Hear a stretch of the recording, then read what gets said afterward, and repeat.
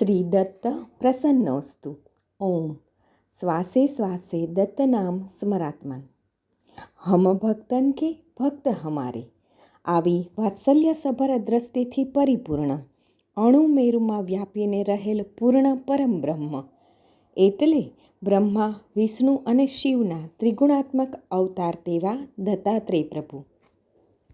પરબ્રહ્મના 3 નામો છે: ઓમ, તત્, સત. ત્રિમૂર્તિ શ્રી દત્ત એટલે સત, ચિત, આનંદ. ત્રિમૂર્તિ શ્રી દત્તના સ્મરણથી ત્રિવિધ તાપ, આધિ, વ્યાધિ, ઉપાધિનું શમન થાય છે. ઓમકારની 3 માત્રા સ્વરૂપ દત્તાત્રેય પ્રભુ ઉત્પત્તિ, સ્થિતિ અને લયના નિયંત્રણ કરતા છે. અનેક રૂપે પ્રગટવા છતાં દત્તપ્રભુ તો અભંગ જ છે, અખંડ જ છે. અનેક નામો હોવા છતાં એ નામ ધારણ કરનાર નામી તો એક જ છે. રંગબાપજી એક ભજનમાં લખે છે કે નામ હજારો નામી એક, રૂપ કરોડો રૂપી એક. આવા દત્તપ્રભુ અસંગી અને તટસ્થ છે. વળી તે માયાથી લેપાતા નથી. અનિકેત છતાં સ્થિરમતી, આનંદિત, અવધૂત, અકિંચન છતાં બાદશાહોના બાદશાહ છે. આ આદિગુરુ શંખ, ચક્ર, કમળ, ત્રિશૂળ, કમંડળ અને ડમરૂધારી છે. ભગવાન દત્તાત્રેય સાથે અવધૂત, ગુરુદેવ અને દિગંબર શબ્દો નિત્ય જોડાયેલા છે.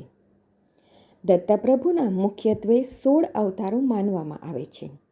પ્રથમ દત્તાવતાર શ્રીપાદ શ્રી વલ્લભ સ્વામી અને દ્વિતીય દત્તાવતાર શ્રી નૃસિંહ સરસ્વતી સ્વામી મહારાજની લીલાઓ હૃદયગમ્ય અને ભક્તિને વેગવંતી બનાવે છે. ગુજરાતમાં દત્ત ભક્તિનો પ્રસાર કરનાર મહાયોગી અને અસાધારણ દત્ત સાહિત્ય સંપદાના દાતા નારેશ્વરના નાથ શ્રી રંગઅવધૂત મહારાજનું નામ સર્વલોકોના હૃદયમાં સદાકાળથી કંડારાયેલું છે. પાંડુરંગ વિઠ્ઠલપંત વડામેનું મૂળ નામ ધરાવતા રંગબાપજીનો જન્મ 21 નવેમ્બર 1898ની કારતક સુદ નોમના દિવસે ગુજરાતના ગોધરા ગામમાં રૂકમાબાની કુખે થયો હતો. પાંડુરંગના નાના ભાઈનું નામ નારાયણ હતું. પાંડુરંગે ફક્ત 5 વર્ષની નાની વયે પિતા વિઠ્ઠલપંતનું છત્ર ગુમાવ્યું. સાત્વિક, સત્યનિષ્ઠ અને સ્વમાની રૂકમાબા પરિશ્રમપૂર્વક બંને પુત્રોનું સંસ્કાર સિંચન કરી ઉછેરે છે. રૂકમાબા વિઠ્ઠલપંતના વતન મહારાષ્ટ્રના દેવડે ગામમાં બંને પુત્રોને યજ્ઞોપવિત અપાવવા લઈ જાય છે. ત્યાં પાંડુરંગના જીવનમાં સીમાચિહ્નરૂપ 2 ઘટનાઓ બની, જેણે પાંડુરંગના આગળના જીવનનો માર્ગ પ્રશસ્ત કર્યો. યજ્ઞોપવિત કાર્ય સુપેરે સંપન્ન થયા બાદ માતા અને માસી બંને બટુકોને શ્રી ક્ષેત્ર નરસોબાવાડી દર્શને લઈ ગયા. ત્યાં પાંડુરંગને પરમહંસ પરિવ્રાજકાચાર્ય શ્રીમન વાસુદેવાનંદ સરસ્વતી સ્વામી મહારાજ રૂપે ગુરુના દર્શન થયા. ગુરુ શિષ્યનું અલૌકિક મિલન થયું, જેમના આધ્યાત્મિક આદેશોથી રંગબાપજીએ પોતાનું સમગ્ર જીવન વ્યતીત કર્યું અને અગણિત ભક્તો માટે માર્ગદર્શક બન્યા. નરસોબાવાડીથી નજીક કોલ્હાપુરમાં નજીકના સગા મામલતદારને ત્યાં માતા માસી પાંડુરંગ અને નારાયણને લઈ ગયા. આ કોલ્હાપુરના રાત્રિ મુકામ દરમિયાન પાંડુરંગને સ્વપ્નાદેશ થયો, પોથી વાંચ, પોથી વાંચ. આ પોથી એટલે શું, ક્યાં મળે, તેમાં શું હોય? થોડા સમય બાદ ગોધરામાં જ રૂકમાબાના મોંઘે અટક ધરાવતા ભાઈ બહેન રૂકમાબાને મળવા આવે છે અને સાહજિક વાતચીતમાં પોતાની વિવિધ સ્થળોએ ફરવાની નોકરીના કારણે આ પોથી હવે સચવાતી નથી તેમ મોંઘે મામા રૂકમાબાને કહે છે. પાંડુરંગના કાન ચમક્યા. આ સ્વપ્નાદેશવાળી પોથીની વાત તો નહીં હોય? શિરડીના સાંઈબાબાએ નિસંતાન મોંઘે મામાને સ્વહસ્તે આ પોથી આપી હતી. તેના પઠનથી મોંઘે મામાને સંતાન પ્રાપ્તિ થઈ હતી. જોકે પોથીને સાચવવાના પારાયણના નિયમો પવિત્ર અને કડક હતા, પરંતુ પાંડુરંગે બધા નિયમો પાળવાનું મોંઘે મામાને વચન આપ્યું. રૂકમાબાએ પણ ભરોસો આપ્યો અને નાનકડા પાંડુરંગને પોથીની પ્રાપ્તિ થઈ. આ પોથી એટલે દત્ત સંપ્રદાયનો વેદતુલ્ય ગ્રંથ શ્રી ગુરુચરિત્ર. શ્રી સાયમદેવના પૌત્રના પૌત્ર શ્રી સરસ્વતી ગંગાધર કૃત આ ગુરુચરિત્ર નામનો પાવન ગ્રંથ શ્રી નૃસિંહ સરસ્વતી સ્વામીના શિષ્ય સિદ્ધ અને તેમના શિષ્ય નામધારકના સંવાદ રૂપે લખાયેલ છે.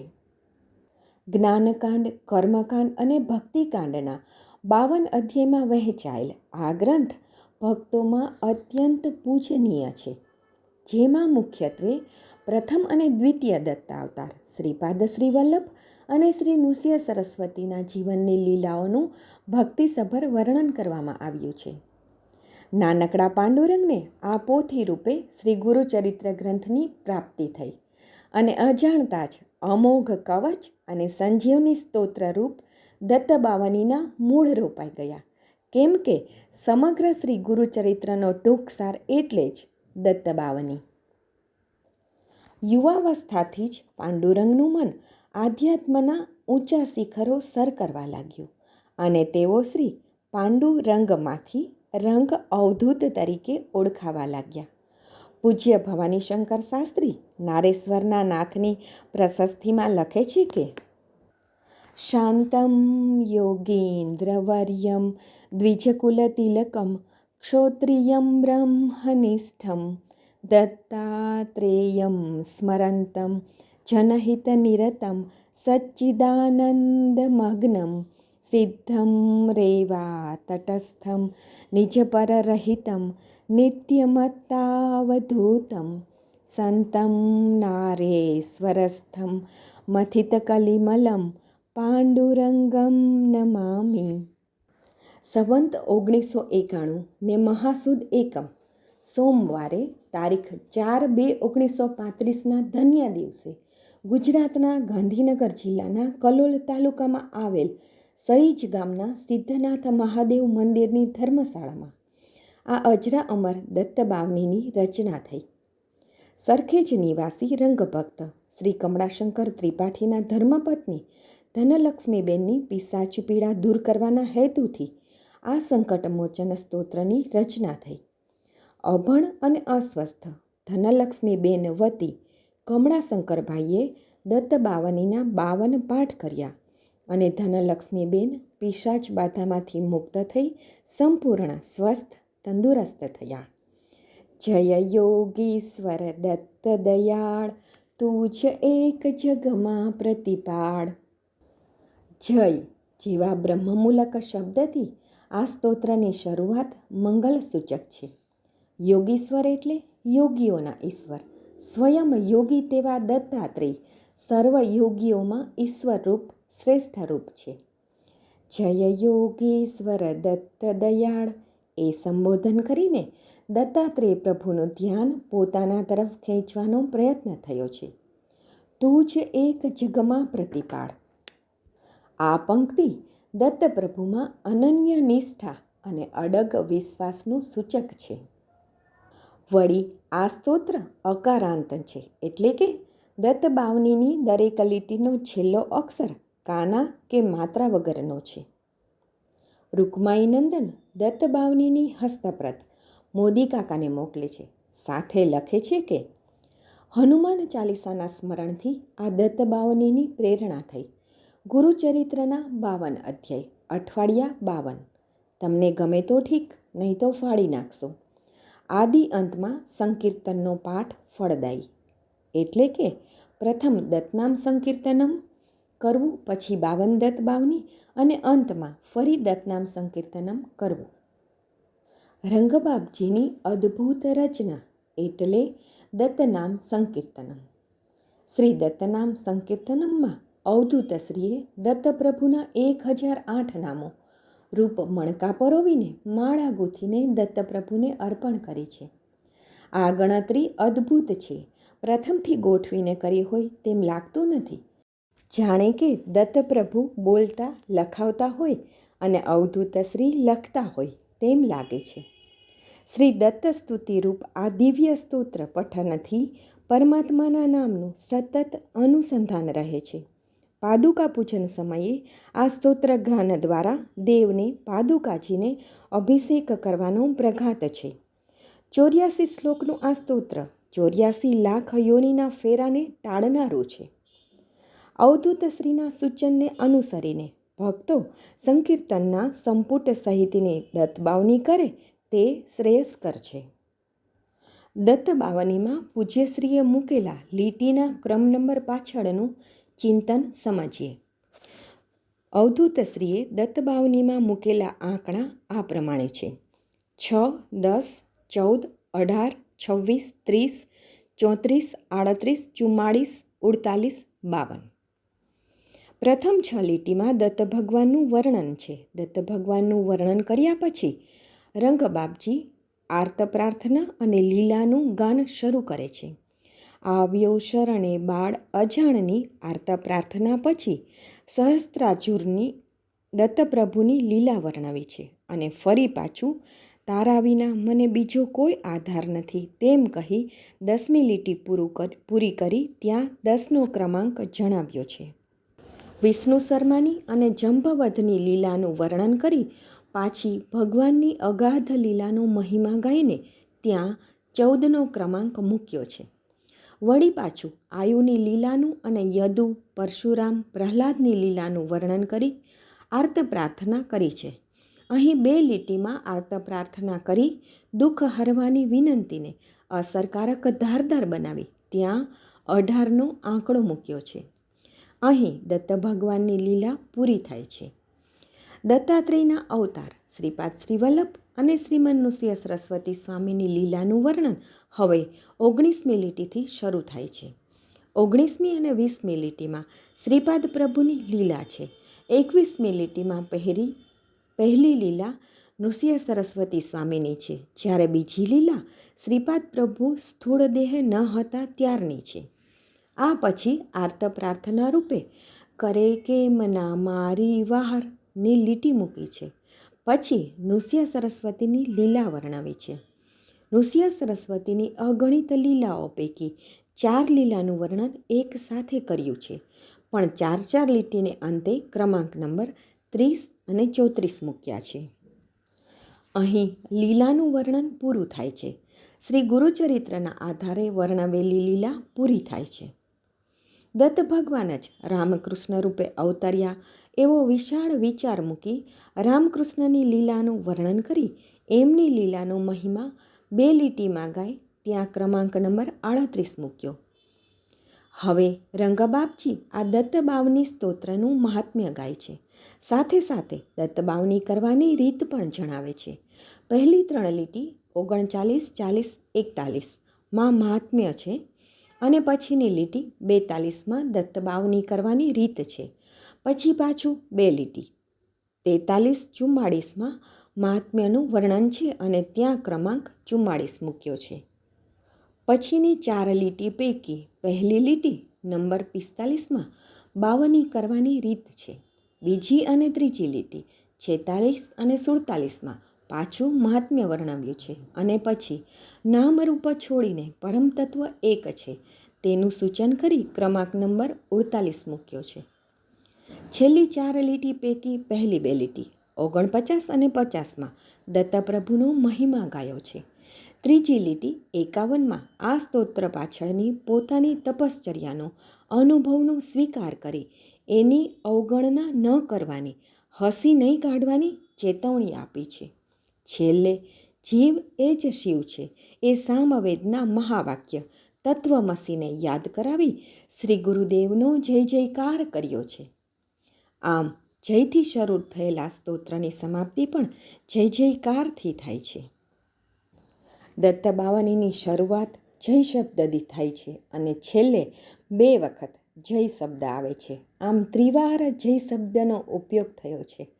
શ્રી દત્તબાવનીનો સદા સર્વદા જય જયકાર હો. રંગબાપજીના હૃદયમાંથી નીકળેલી બ્રહ્મવાણી એટલે દત્તબાવની. જાણે દત્તબાવની એક વૃક્ષ છે, પંક્તિ 1 પુષ્પ છે, પંક્તિ 2 થી 6 શાખા છે, પંક્તિ 7 થી 36 પલ્લવ રૂપ છે, પંક્તિ 37, 38, 40, 46 ફળ સ્વરૂપ છે, પંક્તિ 47-52 ભગવાન પ્રાપ્તિરૂપ છે. આમ દત્તબાવની માલા મંત્ર છે. ભાવે પઢતા સુણતા શું દુર્લભ જગમાહી, કામધેનુ દત્તબાવની આશંકા લેસ ન ત્યાંય. રંગબાપજીએ તપસીજીને આ દત્તબાવનીની હસ્તપ્રત મોકલી અને લખ્યું, તમને ગમે તો ઠીક, નહીં તો ફાડી નાખશો. પણ રામ સ્વરૂપ અવધૂતના એકનિષ્ઠ શિષ્ય હનુમાનજી જેવા મોદી કાકા માટે તો સદગુરુનો એકે એક અક્ષર અલૌકિક છે. ત્યાં આ સ્તોત્ર ફાળવાની તો વાત જ ક્યાં હોય.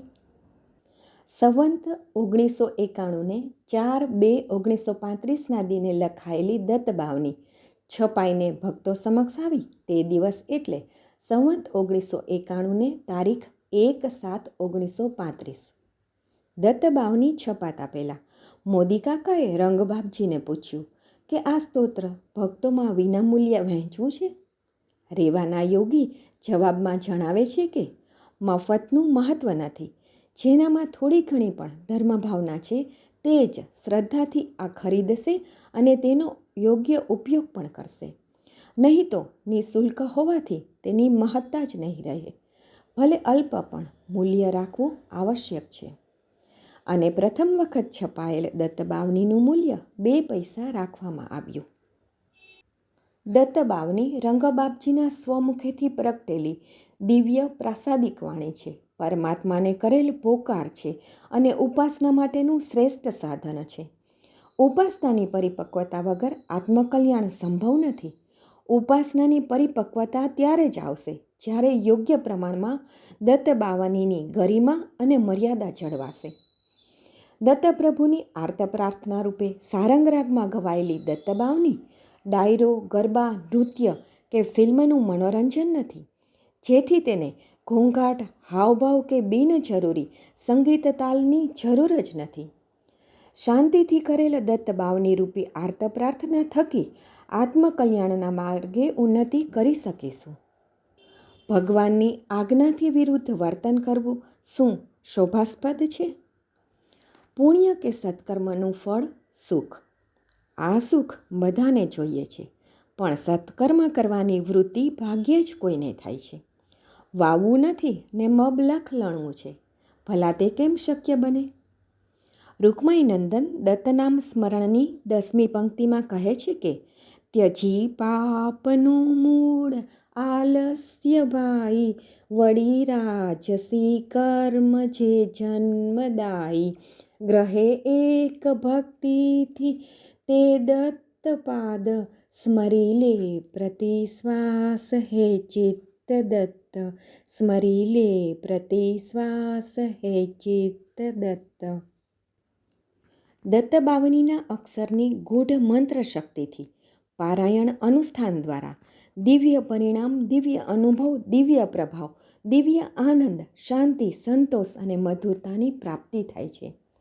દત્તબાવનીના ચમત્કારો પ્રચલિત અને પ્રમાણિત છે.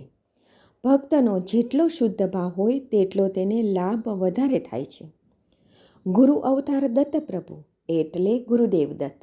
સ્મર્તુગામી દત્તપ્રભુ ભક્તોની મદદ કરવા હંમેશ તત્પર રહે છે. વળી કોઈ પણ શાસ્ત્ર કે પુરાણમાં દત્ત અવતારનો અંત વર્ણવ્યો નથી. તે આવા અજરા અમર દત્તપ્રભુને સમર્પિત દત્તબાવની ગાઈએ એટલે ગાતા સરેના સાસા કામ અને અંતે મુક્તિ મહાપદ સારની પ્રાપ્તિ થાય છે. દત્તબાવનીમાં સમર્થ સદગુરુ શ્રીરંગ અવધૂત મહારાજ વિરચિત વરદ અને ઔપાસનિક ગ્રંથ શ્રી ગુરુલીલામૃતના જ્ઞાનકાંડ અને કર્મકાંડમાં આલેખાયેલી અલૌકિક લીલાઓનું સહજ જ પારાયણ થઈ જાય છે. દત્તદેવની અમોઘ દેગણી અને અનંતના અપરિમિત ઉપકારરૂપ દત્તબાવની માટે તેના રચયિતા સ્વયં રંગબાપજી સ્વમુખે કહે છે કે બીજું સાહિત્ય કાળક્રમે કદાચ ન જળવાય, પણ આપણી દત્તબાવની ક્યારેય લુપ્ત નહીં થાય, ભક્તોના હૃદયમાં જુગ જુગ સચવાઈ રહેશે. અવધૂત ચિંતન શ્રી ગુરુદેવ દત્ત. હવે પછીના વિડીયોમાં કળિયુગની સંજીવની સમાન દત્તબાવની વિશે વડોદરાના વિદ્વાન કથાકાર શ્રી મયુરભાઈ દવે શાસ્ત્રીની વાણીમાં દત્તબાવનીનો ઇતિહાસ, પ્રસંગો અને વિગતવાર વિવેચન સાંભળીશું, કેમ કે સમજીને કરેલ કાર્ય વધારે ફળદાયી છે. દત્તબાવનીની પંક્તિના ગાન સાથે સમજૂતીને શ્રવણ કરી ધન્ય બનીએ. અવધૂત ચિંતન શ્રી ગુરુદેવ દત્ત.